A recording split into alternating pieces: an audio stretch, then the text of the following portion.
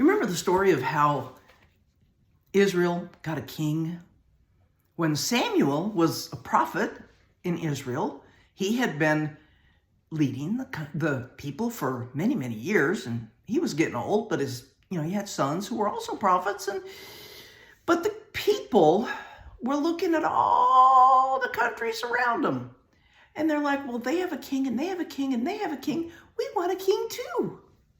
And Samuel's like, yeah, this is not a good idea. But they insisted. And Samuel's like, as the prophet, as the leader of this country, have I ever stolen from you? Have I ever done anything against you? And they're like, no. Well, I'm going to read some of the story in 1 Samuel 12. And there was a time when some people, some other nations came against Israel. And verse 11 says, then the Lord sent Jerubbaal and Bedan and Jephthah and Samuel and delivered them from the hands of your enemies all around so that you lived in security. So God had sent people to fight for them, to lead their armies. God was their leader, and he appointed different peoples to assist him. When you saw that Nahash, the king of the sons of Ammon, came against you, you said to me, no, but a king shall reign over us, although the Lord your God was your king. You see, they already had a king, but they couldn't see him with their eyes. They wanted somebody they could see with their eyes. Now, therefore, here is the king whom you have chosen, whom you've asked for, and behold, the Lord has set a king over you. God had shown Samuel to anoint Saul as king over Israel. But here's what Saul says, and this applies to us too. If you will fear the Lord and serve him and listen to his voice and not rebel against the command of the Lord, then both you and also the king who reigns over you will follow the Lord your God. Now, here in America, we don't have a king. We have a president and representatives and senators and a whole lot of other people that need to fear the Lord. And if you will not listen to the voice of the Lord, what if you don't listen to the voice of the Lord, but rebel against the command of the Lord, then the hand of the Lord will be against you as it was against your fathers. So you see, Israel had gone through times of prosperity and some times of not so prosperity, just like the United States of America has gone through good times and bad times. And when you have a righteous leader, one who fears the Lord, things go fairly well. And when you have a leader who doesn't acknowledge God or doesn't listen to God, things maybe don't go so well.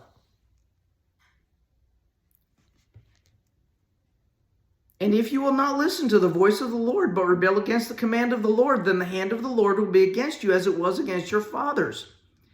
He says, even now take your stand and see this great thing which the Lord will do before your eyes. And what happened was Samuel said, I'm going to pray because it's the wheat harvest. I'm going to pray and have God send thunder and lightning and rain and basically destroy the wheat harvest. And that's what Samuel did, and the wheat harvest was destroyed. So what do the people do? Then all the people said to Samuel, pray for your servants to the Lord your God, so that we may not die. For we have added to all our sins this evil by asking for ourselves a king. So they are repenting. They've said, we've done bad. We blew it. We asked for a king. We shouldn't have done that. Pray that we won't die. They recognized their sin.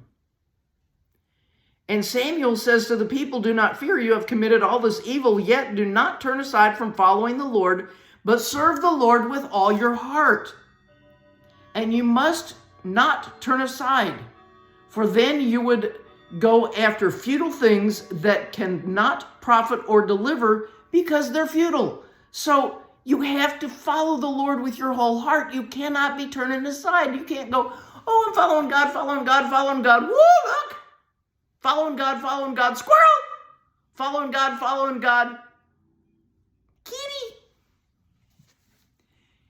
You have to follow God straight on Keep your mind on him.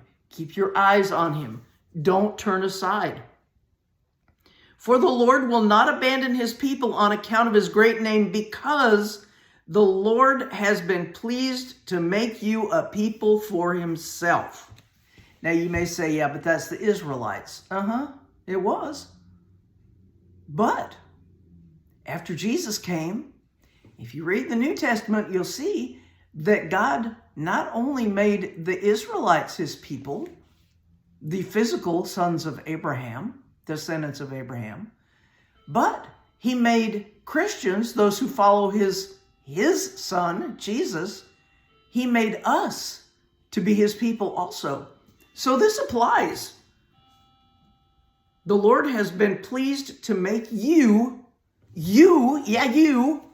a people to himself. And verse 24 says, only fear the Lord and serve him in truth with all your heart. For consider what great things he has done for you. But it comes with a warning. Verse 25, but if you still do wickedly, both you and your king shall be swept away. Now that is a serious warning. I mean, it's an encouragement, because the people had wanted a king. They asked for a king. God gave them a king. They figured out that they sinned. They did evil. They repented. And God's like, okay, I understand. I forgive you, but you must follow me. You must follow me with all your heart. What does it mean to follow God with all your heart? Well, if you read something in the book, you do what the book says. If you don't find it in the book, you don't do it. You pray, you seek God, you ask him to show you what you should do. Because, yeah, there are things in this life that will come up that there's not a word-for-word answer in the Bible. And the example that I always hear is, well, who should I marry? Where should I go? What job should I take? What house should I live in? There are a lot of decisions that you make. You know, God doesn't care what shirt you wear today, as long as it covers your body, okay? Just don't go out naked. But you can't ask him. And he might speak to you in a still small voice and say, you should wear this today, or you should wear that today. Especially if you're going maybe on a job interview. God might speak to your mind and tell you, you know, if you want to get this job, you need to wear this shirt. You need to wear this suit. You need to wear this outfit. You can even present them to him. God, which one should I do? And if he doesn't say anything, then either one will be okay. So seek God, pray, read his word, find out what his will is for you. What has God called you to do? Has he called you to be an engineer? Has he called you to be a chemist? Has he called you to be a carpenter? Has he called you to be a plumber? Has he called you to be a pastor? Has he called you to sit in your dining room and make videos? God calls each person to a different thing. He's created each of us for a different purpose, a specific thing that we can do in his kingdom. The church that I attended in Minnesota has a person who's called to street evangelism. He goes on the street. He's on staff. He goes out on the street and he preaches the gospel and gets people saved. And he trains people how to go out and street witness. That's his calling. There's other people that are called to work in the nursery at church. There's others that are called to be ushers and greeters and people in the parking lot to show you where to park. There's so many things God calls us to do. All we have to do is listen. You say, what did God call you to do in church? I'll tell you. I spent 15 years working in and with Little Church, which was the church nursery. And after that, the rest of the time I was at that church, I worked the guest minister table whenever a guest minister would come in and they would bring tapes and books and CDs and DVDs and videos or whatever, t-shirts, I would stand behind that table and I would smile and I would talk to people and I would use the knuckle buster. If you don't know what a knuckle buster is, you haven't lived. They were so much fun. That's what we used before electronic debit cards and such. Anyway, those are the things that I did in my church. And I had a good time and I enjoyed it and I loved it and I loved the people that I worked with. I even worked at my church in the shipping department. I did. Spent 5 years working part-time at my church. I don't know why I'm telling you this.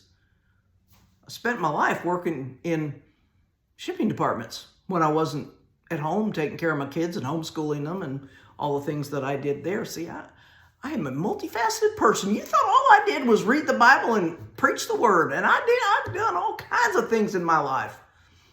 Most important thing I ever did, most important, was raise my children and teach them about God, about the word. Yeah, I taught them school subjects too, and I prayed for them. That, I think, is the most important thing you can do, is raise your children to know the Lord. Thank you for watching. I really appreciate it. Thank you for liking and following and subscribing and sharing and leaving comments and everything that y'all do. Y'all are awesome. I appreciate you so much, and I will talk to you soon.